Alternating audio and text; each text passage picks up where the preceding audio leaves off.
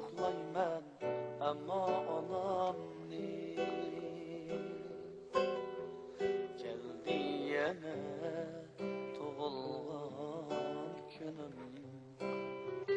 Qutluklayman ammo onamni, sunğaşqa o qaysarlik bilan hayotlikqa bir nurluq shonni,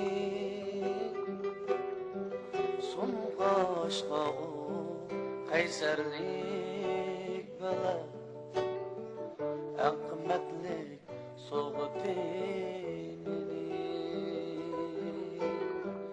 Kutganimda taqasizlik bilan qutlashqa tug'ilgan kunimni, shu kunda omonlik tilab g'imimni yeb jonajon ona, ona, ona, ona.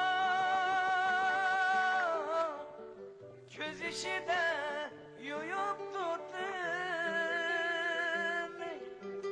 ona, ona, ona. Ko'z ishida yuyib turdim. Bola uchun tarsimo azob yayraydigan onalik yurak. Azob chekkan onamiz shu kun unutmaydi buning chin yurak. Mehrim bilan aytaman onam, bu kunimda sana muborak. Mehrim bilan aytaman onam, bu günümde sana mübarek. Bu günümde sana mübarek.